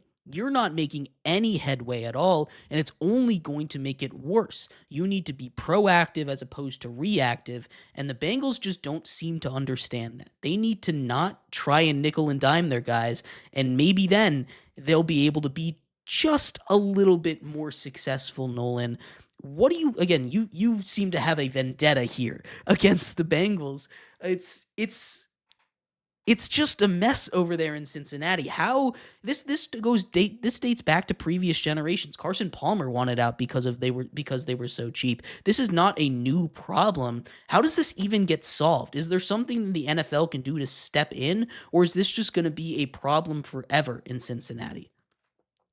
I think this will just be one of those problems that, it will be around the NFL forever. It just happens to be in Cincy. Other teams have had this problem before. This definitely isn't just a Cincinnati thing. There has been, other times teams have not been able to come to an agreement, but it's never got to this extent. It's never gone to, this public and for this big of a player. That the most important thing is it's this big of a player, and it happens to be in Cincinnati. This is one of those things that Cincinnati, they are a cheap franchise. They are a franchise that is known for wanting to scapegoat their way out of paying players.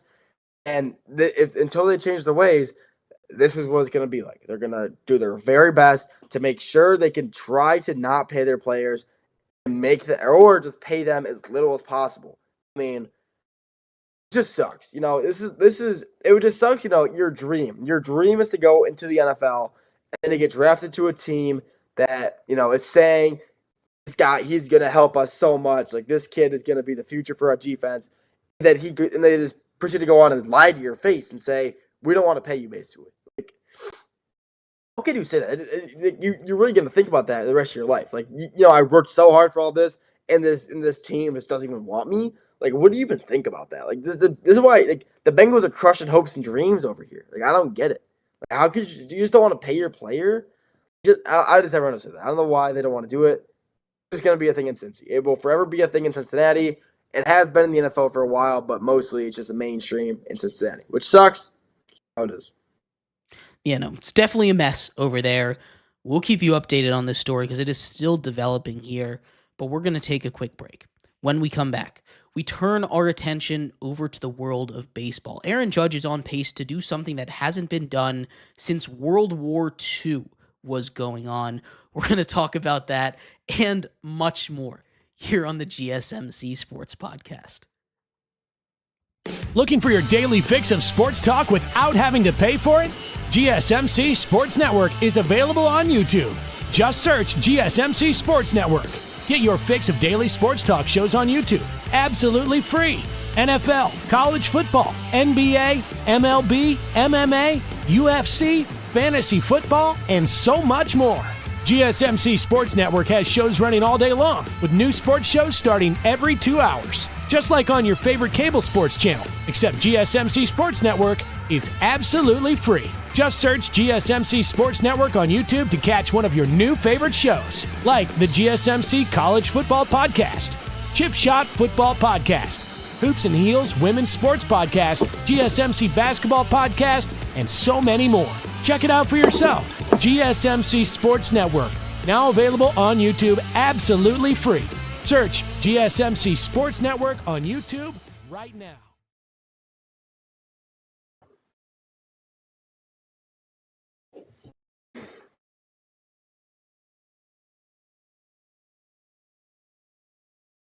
For the best and latest podcasts available anywhere, go to the podcast app on your cell phone and type in GSMC to access free content-rich podcasts on health and wellness, book reviews, sports, entertainment, relationships, social media, movies, technology, finance, and even weird news. Subscribe and download the GSMC Podcast Network's family of shows, available everywhere podcasts are found.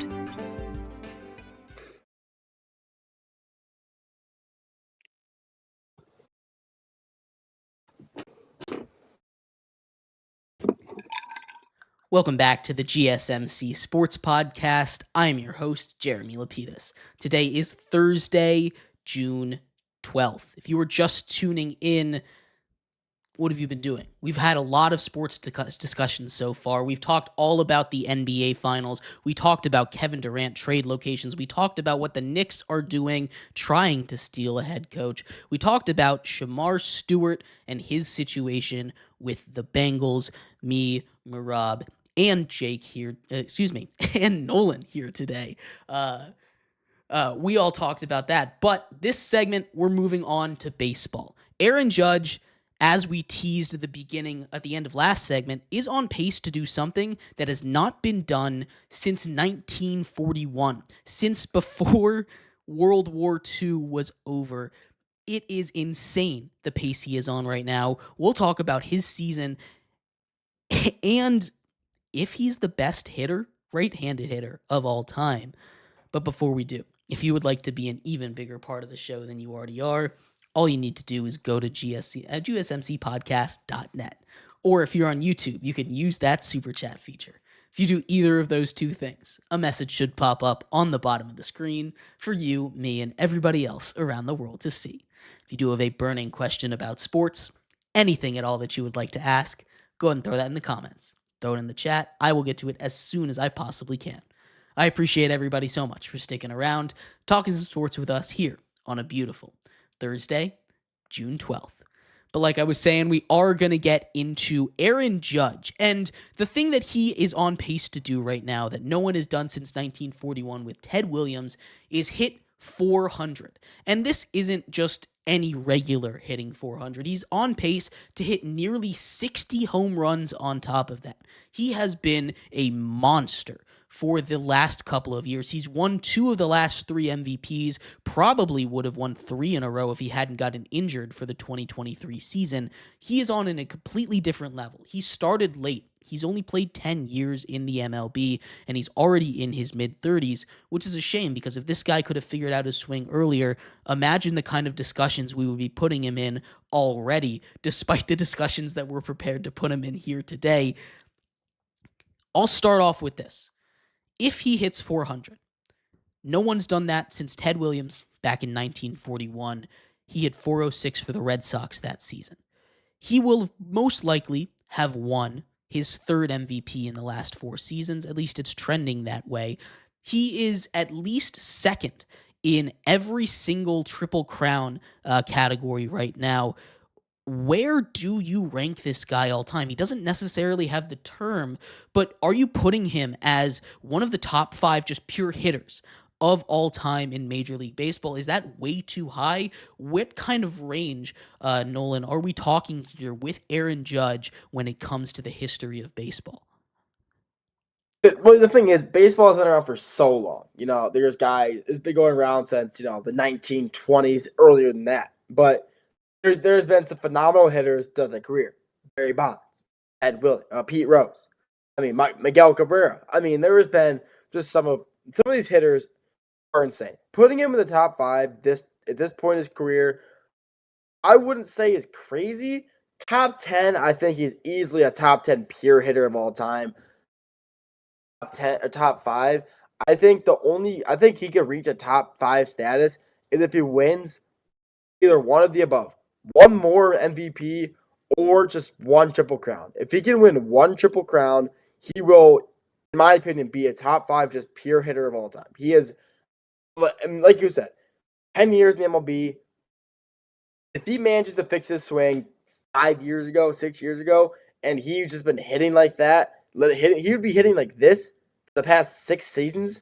He'd be arguably the best hitter of all time. MVP discussion every year. Probably have 1 or 2 Triple Crown by now. He would be arguably one of the best hitters of all time. But unfortunately, he didn't figure his swing out until a few seasons ago. Maybe a few seasons ago, I guess. And it really started to improve. If he manages to hit 400, he'd have, like you said, the best average since World War II.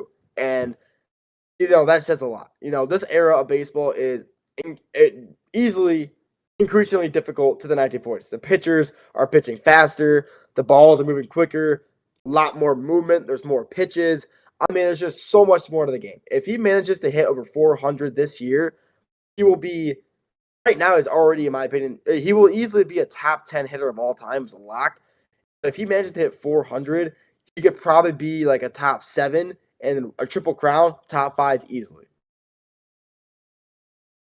It's a very interesting conversation here to have. I went and tried to find anything that could compare every single hitter who's ever played baseball, and I didn't find a perfect stat, but I did find something that ranked every single hitter, at least the top 515 players, by the OVOA, which is basically the OPS, on base plus slugging, but it also takes into account your ability to run on bases. So stolen bases and caught stealing is incorporated in there. It's not the perfect stat. I would have preferred something to do with WAR, wins above replacement, but if you're going off that ranking already, he is the 97th best pure hitter of all time. But you have to take in consideration, he's only done it for 10 years. His early career was not that great. He has 2 of the best 50 hitting seasons ever. He was 44th in 2022 of all time, 8th in 2024 of all time, and he is having a better season this year than he was having last year. He could have a top 5 all-time season, and that would put him twice in the top 10, 3 times in the top 50. Metrics aren't perfect. You have guys at the top of this list that you would expect to be at the top. Babe Ruth, number 1. Barry Bonds, number 2. Ty Cobb, 3rd. Ted Williams, the last guy to hit 400, at 4th. And Hank Aaron at number 5, right? These are legends of the game. And if you put that as your top 5 hitters of all time, people probably wouldn't really blink an eye because, yeah, why not? Those guys could absolutely be the top 5 hitters of all time.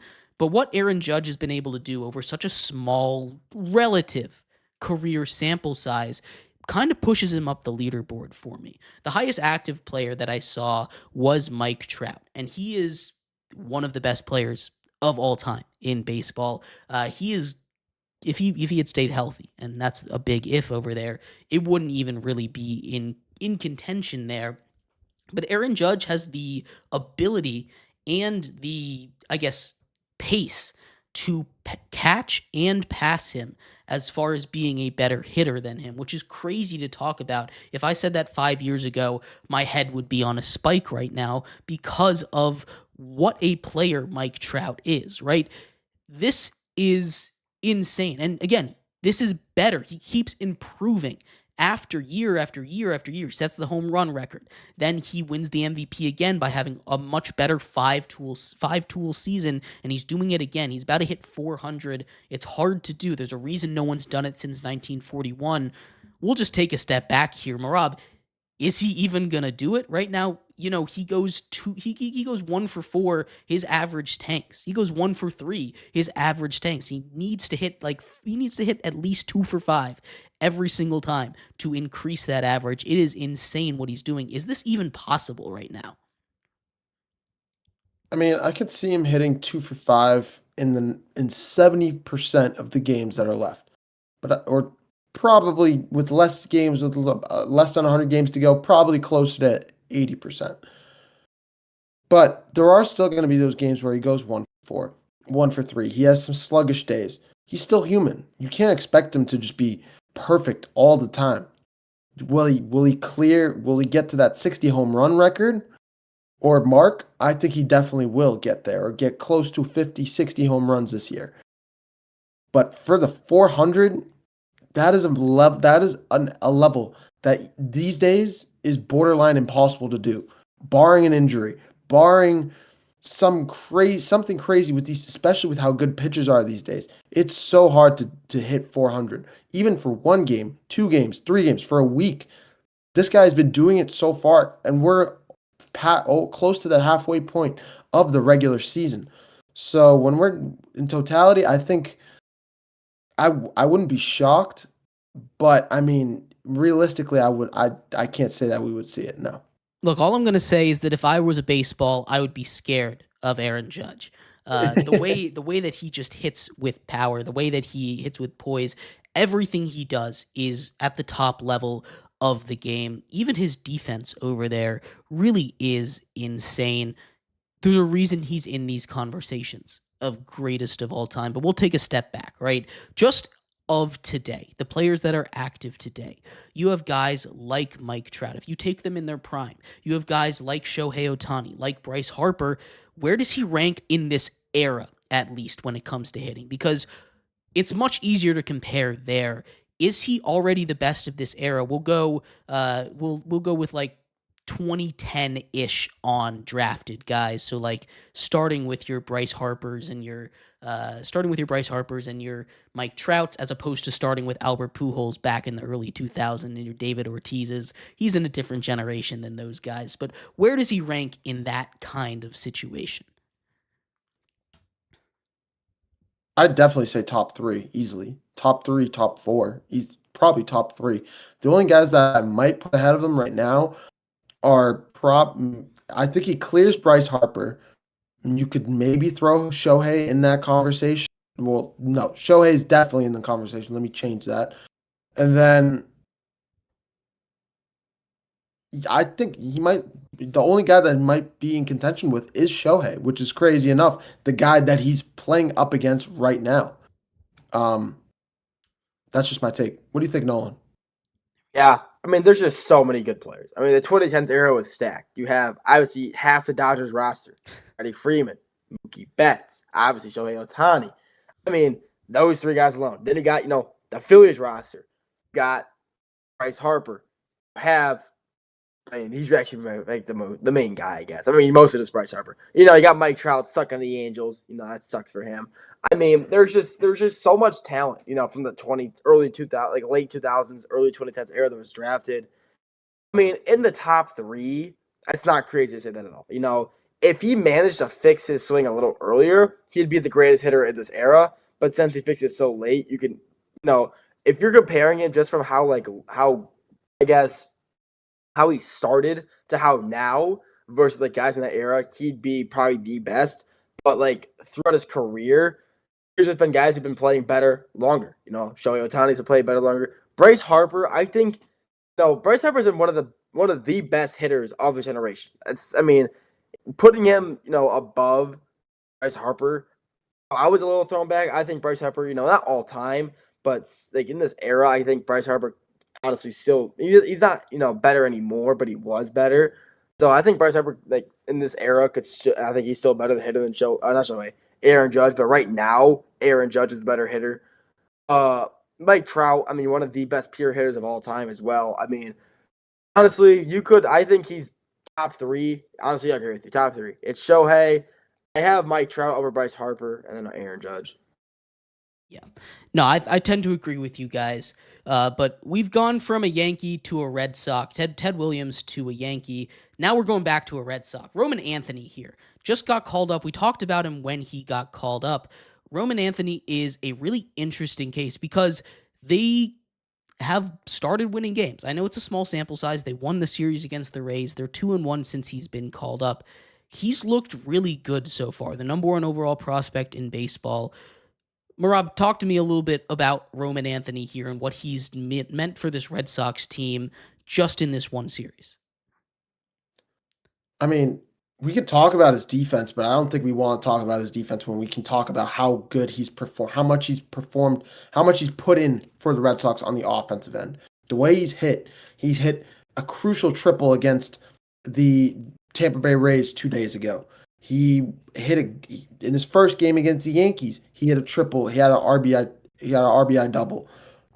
He's had some great games so far, and on top of that, the Red Sox are winning games. They plug him into left field. They put Rafael Devers on the DH where he wants to be. You have Willie Abreu on IR, just waiting in the wings for him to come back. This team is filled with depth, and if this keeps going, the Red Sox may have finally. I'm not saying that they're out of the waters because they are dealing with a bunch of injuries. Tristan Casas is out. The injury bug is all around this team right now. But you have a Band-Aid and you have Willie Abreu coming back. I'm not saying that all hope is lost. I'm not saying that this is the game changer for them. This is a great sign for things to come in the next couple months or so. With the way he's been playing, though, and it's always interesting when you talk about replacing guys, calling up guys. Willie Abreu is not a guy that you want to kick out of the lineup, right? Because he is a huge part of that Red Sox team, but you don't have a lot of spots for a guy for him to come up, for Roman Anthony to play, which is why it took so long for them to call him up. What is his role once this team gets healthy? Do you see him being on this roster long term, or is this one of those come up for an injury and get sent back down situations? No, I think he's in a good spot. I think they keep Roman Anthony. I think they pair him up with Marcelo Meyer the way Marcelo Meyer's been playing for the Red Sox for the last 2 weeks to a month now, and then you bring Roman Anthony with him. These are the top two of the three prospects. The Red Sox, if you guys don't know, have the hall of prospects right now. For whatever reason, the Red Sox have found a way to farm up some of the best prospects in baseball right now. They bring up Marcelo Meyer a month ago. They have Roman Anthony now. When you have guys, you not only do you have an injury bug that gives these guys a spot to show up and show out, but it now adds even more depth to your team. And I think that's exactly what you want from the Red Sox. You can put your guys out in the field that you want to play good defense. You can put guys on DH that you know can struggle sometimes, that are great hitters, but struggle sometimes in the fielding part of the game. This Roman Anthony's going to be here for a while. I don't think they bring him back. I think he's going to continue to prosper with this team. And if this is just a sample size, how much more do we expect for him to grow? Let's give this a week time. We're definitely going to revisit this topic. Give it a week of time, and let's come back to this, see how this experiment goes. Yeah, the Red Sox, you say, are dealing with a lot of injuries, right? Alex Bregman, who's off to an incredibly hot start, Strinton Casas, and Wilyer Abreu, all on that injured list there. You're getting to see a lot of young guys come in, step up. It is a crowded roster.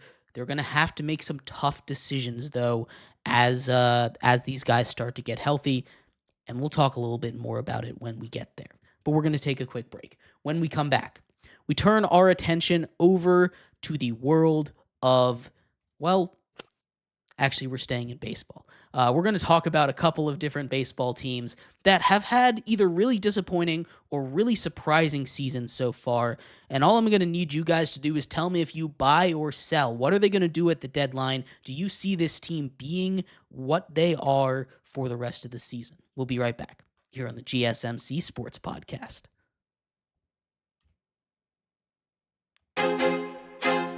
I feel like I'm losing my mind. Is everybody in the world blind? Please, Lord, give me a sign, a sign. I feel like I'm losing my mind. Is everybody in the world blind?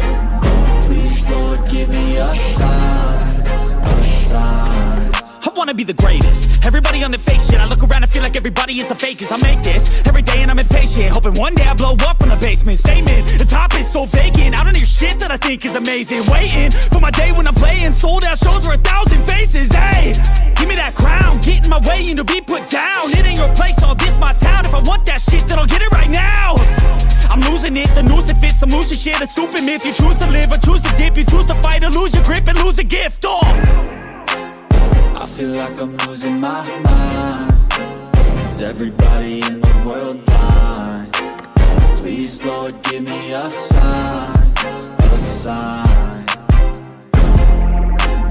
I feel like I'm losing my mind. Is everybody in the world blind? Welcome back to the GSMC Sports Podcast. I'm your host, Jeremy Lapidus. Today, joined by Nolan and Mehrob. If you were just tuning in, we've talked about a lot of different things. We talked about Aaron Judge and his historic season so far. We have talked about the NBA Finals, about KD trade destination, Shamar Stewart, and a lot more. In this segment, we're going to finish off our show talking a little bit about baseball, right?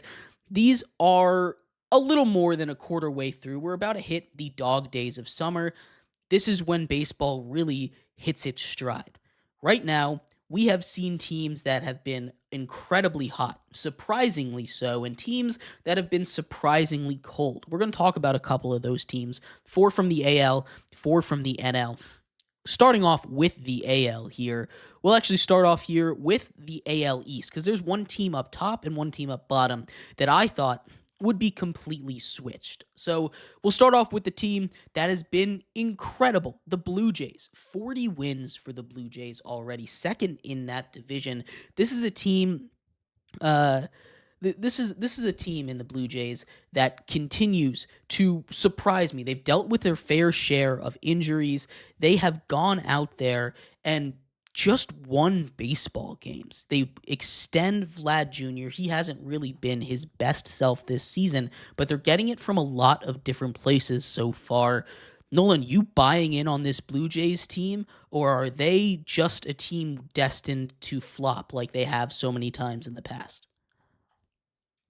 I think this is the team that could be different. Maybe. When you just sign a guy for $500 million, 13 years, 17 years, I mean, he's going to play his best baseball. He's not going to, hopefully. And that's what's happening. You're seeing Vlad. He's playing some of the best baseball of his career the months after signing, this multi-million-dollar contract. I think this is a Blue Jay team that really break the hump. They really haven't been, I want to sneeze. Never mind. It's coming now. There's a sneeze coming. But, I mean, this is a team that can hopefully, I think, will get over the hump this year. They have not, made it too far in the playoffs in a decent while. They haven't made it, just haven't made it far. And I think this is a year that they truly can hopefully get over the hump. I think baseball is good when the Blue Jays are good. I really believe that. When the Blue Jays are a good baseball team and make deep playoff runs, I believe that's when some of the best moments come out. I mean, look at walk-off home runs. I mean, it's just a staple in the Blue Jay community. And I think that this is going to be a year that hopefully the Blue Jays will hopefully get over the mark. I mean, their bullpen's good. It has been better than it has in the past. They're hitting. I mean, they've just been an overall better team than they have been in past times. This is a definite year where I can hopefully see them get over the playoff hump, make it out of the wild card, and maybe make a playoff run that can maybe bring some hardware back to the organization. Yeah, they're currently the number one wild card team in the AL right now, which is not a spot that they expected them to be. I thought they'd be more where the Baltimore Orioles are. The Baltimore Orioles have had a disaster season. They've already fired their manager way early on in this season. They are a team that had playoff hopes. They won 90-plus games last season, 100-plus games 2 seasons ago. This is an Orioles team that pitching just has fallen apart, and we all knew that was going to be their issue. The starting pitching, well, they just didn't address it in the offseason, and it's caused a lot of the issues. Now, the Orioles have been better of late. The bats have started to show up. The pitching has been better for them, but they're still sitting way back in the AL standings, fifth in that division in the AL East, all the way back 14 and a half games of the Yankees. This is an Orioles team that has the talent, undoubtedly, especially offensively, to be a good squad. Mehrob, is this an Orioles team that can turn it around, or are they just done for this year? I know this is not something that Orioles fans want to hear, especially with their playoff struggles, but I think you just can it for the year. Pack it up. Unless there's some miraculous way that they can find their way to 500 around August somehow, some way, which I'm not saying is going to happen. I don't see it. They're going to need a crazy win streak here in the month of June or July. They need to piece something together. They've got some momentum going. They've won a few series in a row here, but they need to figure out they need to get their pitching under control. You can get your bats going as much as you want, but unless you can, without strikeouts, without being able to get out of innings, it's not only a momentum killer, it's a game killer, it's a series killer, it's a season killer, and it killed them. It's killed their general manager. It's the reason why he's out of there right now, and it just feels like you said it best, Jeremy. It was an issue that they had in the offseason. It is an issue that showed itself in the playoffs. They let it just walk throughout the offseason unaddressed, and now it's showing up in the regular season like, we didn't know this was going to happen. How do you not know it's going to happen, man? It's just like, it's unfortunate to see with a team like the Orioles that were just in the playoffs last year, won the AL East 2 years ago, one of the better teams in the AL, and especially with how loaded you are offensively. You expected more from them. But I think this is the end of the road for the Orioles for this year. Yeah, the Orioles need a run like the Tigers went on last season. They are this team. They're the next team because they have topped out to the hottest start in all of baseball. Better than the Dodgers, better than the Yankees. They are 45-25 right now, the best record in the entirety of the major leagues. This is a team that sold at the deadline last season, found a way into the playoffs, brought their guys back that they sold so they could build this team again, and it has worked beautifully. Nolan, your team here, is this for real? Yes. Obviously, I'm going to say yes. I mean, this is a team that has, potential back-to-back Cy Young winner, Taylor Skubal. You have some guys in the bullpen who can get it done. Jack Flaherty had, it's kind of funny, the story.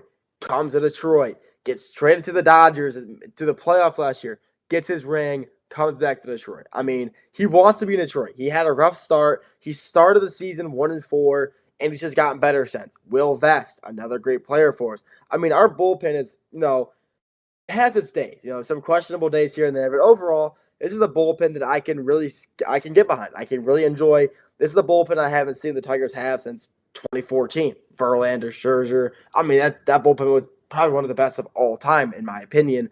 And this bullpen's nowhere near that, but there's some comparison here or there. And, the hitting. The hitting was the thing that we needed to work. Sorry, not we. The Tigers needed to work on the most last year.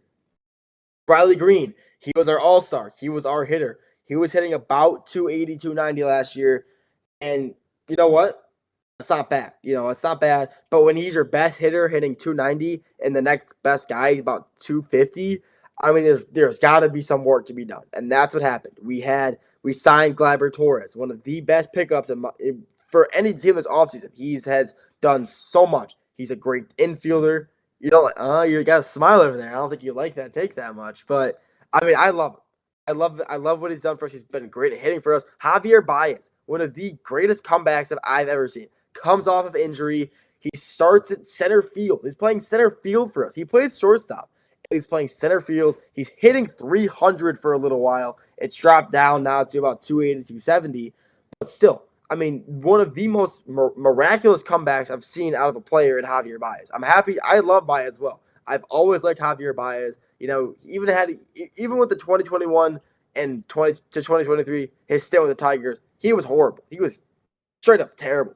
And now he's playing great. I love him. I mean, this Tigers team, I got to stop ranting about him. But this is a team that, I love. And I really believe, even though we don't really have too much playoff experience, I think with this team's talent, he can make a deep run. Hopefully, maybe get a pennant. Maybe.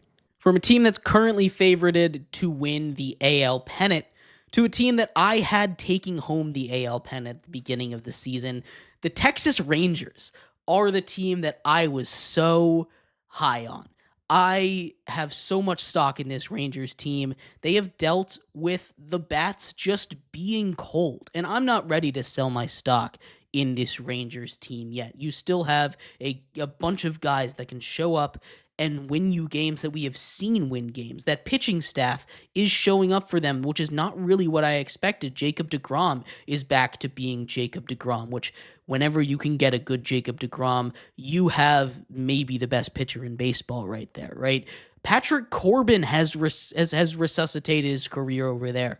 Patrick Corbin, who was the worst pitcher in baseball for the last 3 years by a wide margin, has turned into an average starter over there for the Rangers. And that is an insane turnaround that I don't think is being covered enough.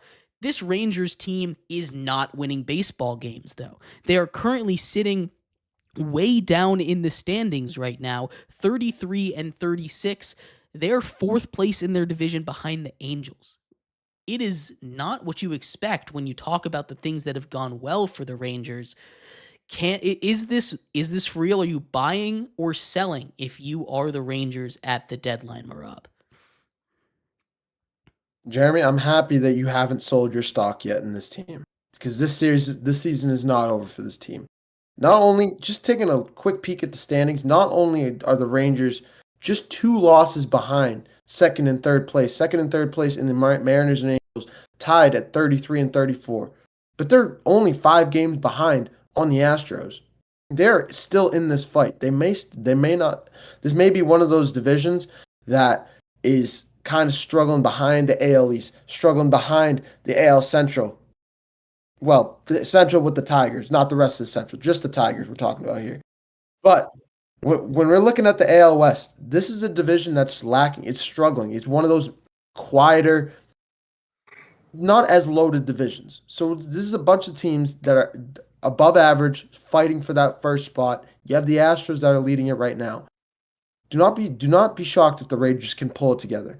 If they can continue to keep their bats going, if their pitching can catch fire, I think they can find a way into these playoffs. If they can they just need to hang. If they can get to 500 before the end of the month, which is very realistic, I think they get right back into this division race.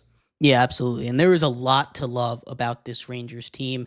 None of these teams are out, though, right? We've only played about 70 games in the season. There's still 110 games to go right now. That is a lot of baseball yet to play. We'll dive into the NL tomorrow, as well as much more in hockey, as that game has tied itself up right now in Game 4 of the Stanley Cup playoffs. Stanley Cup Finals, 3-3. 3 goals in the second period for the Oilers after 3 goals, and the goalie was pulled for the Oilers. Crazy, crazy game. Go check that out, but we'll be back tomorrow. Make sure you come back for that. Thank you so much for tuning in. This has been the GSMC Sports Podcast, and we'll see you then. Bye-bye.